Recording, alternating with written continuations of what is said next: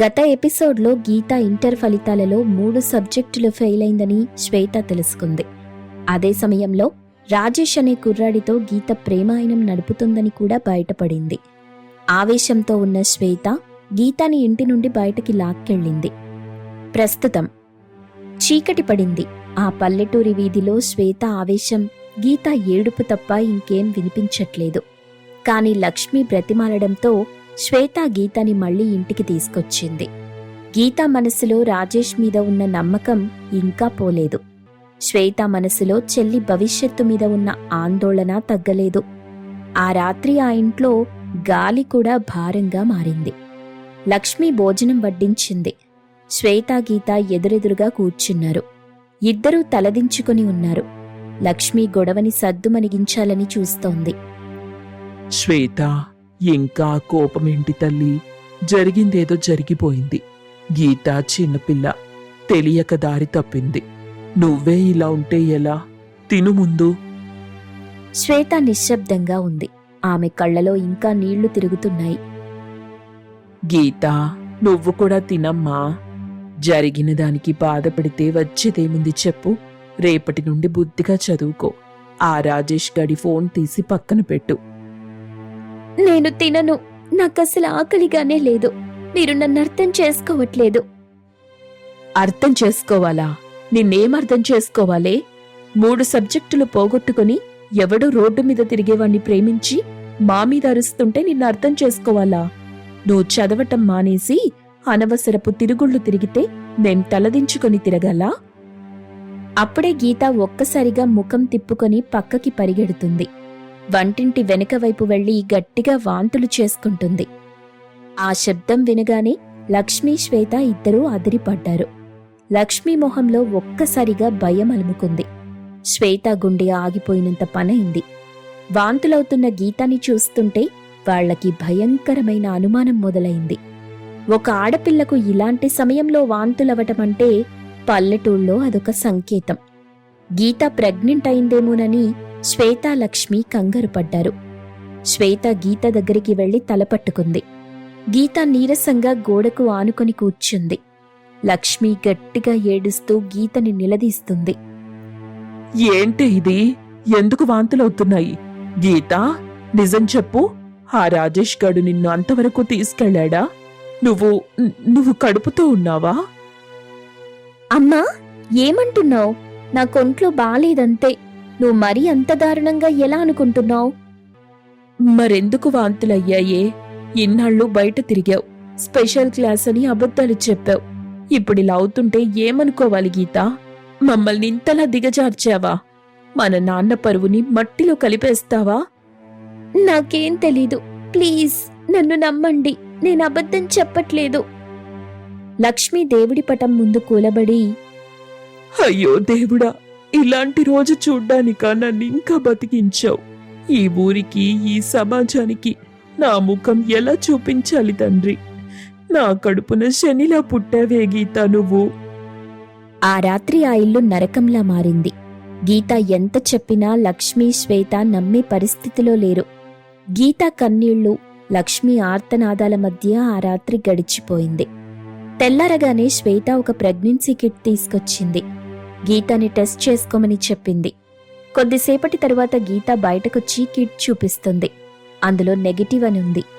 అంటే గీత గర్భవతి కాదని కన్ఫర్మ్ అయింది.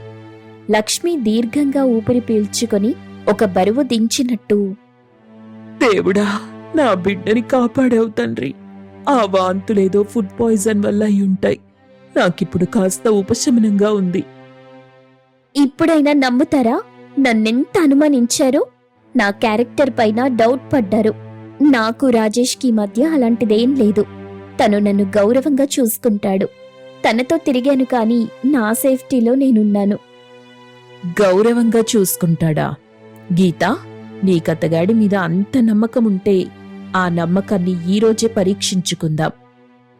ఎలా పరీక్షిద్దాం ఆ నమ్మకాన్ని? నువ్విప్పుడే రాజేష్ దగ్గరికెళ్ళు. ఈ టెస్ట్ రిజల్ట్ గురించి అతనికి చెప్పకు. నువ్వు నిజంగానే ప్రెగ్నెంట్ అని ఇంట్లో అందరికీ తెలిసిపోయిందని చెప్పు.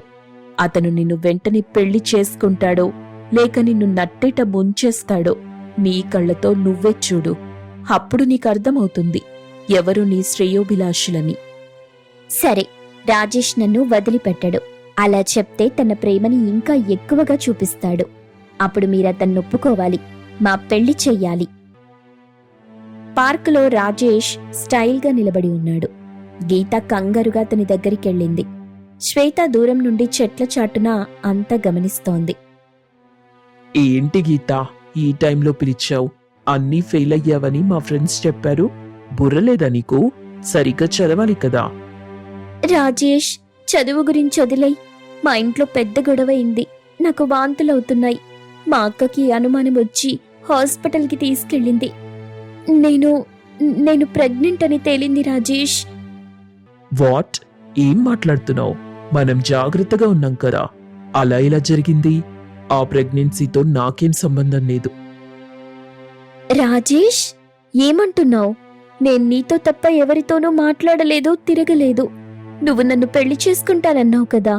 ప్లీజ్ పద, ఇప్పుడు మా ఇంటికెళ్ళి మా అక్కతో మాట్లాడు. పెళ్ళా?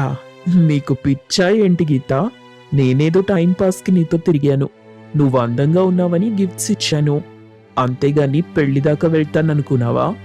ఆయన ప్రెగ్నెన్సీ విషయంలో జాగ్రత్తగా ఉండాలని తెలీదా నీకు? ఇప్పుడొచ్చి నా మీద పడితే ఎలా? అంటే నువ్వు ఇన్నాళ్ళు నన్ను పెళ్లి చేసుకుంటానని చెప్పిందంతా అబద్ధమా? అవును, అబద్ధమే. అయితే ఏం చేస్తావు? నీలాంటి అమాయకపు పల్లెటూరి పిల్లలకి రంగుల లోకం చూపిస్తే వెంటనే పడిపోతారని నాకు తెలుసు. ఇదిగో చూడు, నాకు నీకసలు సంబంధమే లేదు. రేపటి నుండి నా చుట్టుపక్కల కనిపిస్తే పోలీస్ కేసు పెడతాను. ఆ పుట్టబోయే పిల్లాడిని ఏం చేసుకుంటావో ఇంకా నీ ఇష్టం. రాజేష్ పైకెక్కి దుమ్ము రేపుకుంటూ వెళ్ళిపోతాడు. గీత అక్కడే కుప్పకొలిపోయింది. దూరం నుండి ఇదంతా గమనిస్తున్న శ్వేత రాజేష్ వెళ్ళిపోయాక నెమ్మదిగా గీత దగ్గరికొచ్చింది. గీత శ్వేతని పట్టుకుని ఏడుస్తుంది. అక్క, నన్ను క్షమించక్క. నేను మోసపోయాను. నువ్వే నా దేవతవి. నీకన్నా పెద్ద దేవుడు ఎవ్వరూ లేరు నాకు. నువ్వు చెప్పిందే నిజమక్క. వాడు నన్ను వాడుకొని వదిలేశాడు. వాడు నన్ను ప్రేమించలేదక్కా. నా అందం చూసి ఆకర్షితుడయ్యాడంతే. చూసావా తల్లి, లోకం ఎంతగా మారిపోయిందో ఇప్పటికైనా అర్థమైందా?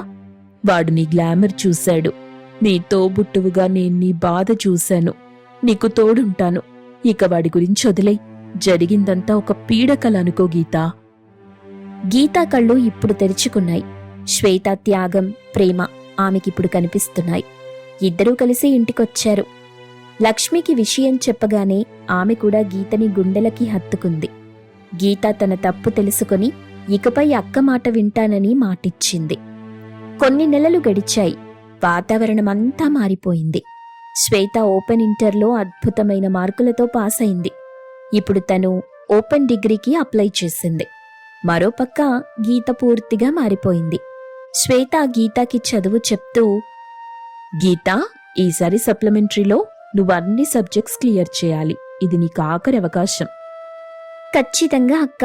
నువ్వు నా కోసం పడ్డ కష్టం నేనెప్పటికీ మర్చిపోను. నీలాగే నేను కూడా కష్టపడి చదువుతాను. మంచి మార్కులతో పాస్ అవుతాను. గీత పట్టుదలగా చదివింది. శ్వేత ఆమెకు ప్రతి విషయంలో తోడుగా ఉంటుంది. సప్లిమెంటరీ ఎగ్జామ్స్ మొదలయ్యాయి. గీత ప్రతి పరీక్షను ఎంతో జాగ్రత్తగా రాస్తుంది. రాజేష్ అనే పీడకల ఆమె జీవితం నుండి పోయిందని అందరూ అనుకున్నారు.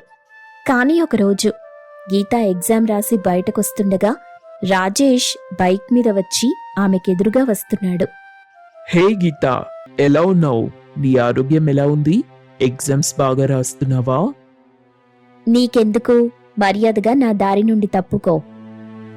అంత కోపం ఎందుకు? అవును, ఆ విషయం ఏమైంది? ప్రెగ్నెన్సీ తీసేయించుకున్నావా లేక ఎక్కడైనా పడేసావా? అయినా అసలు నీకంత ధైర్యం ఎక్కడిది?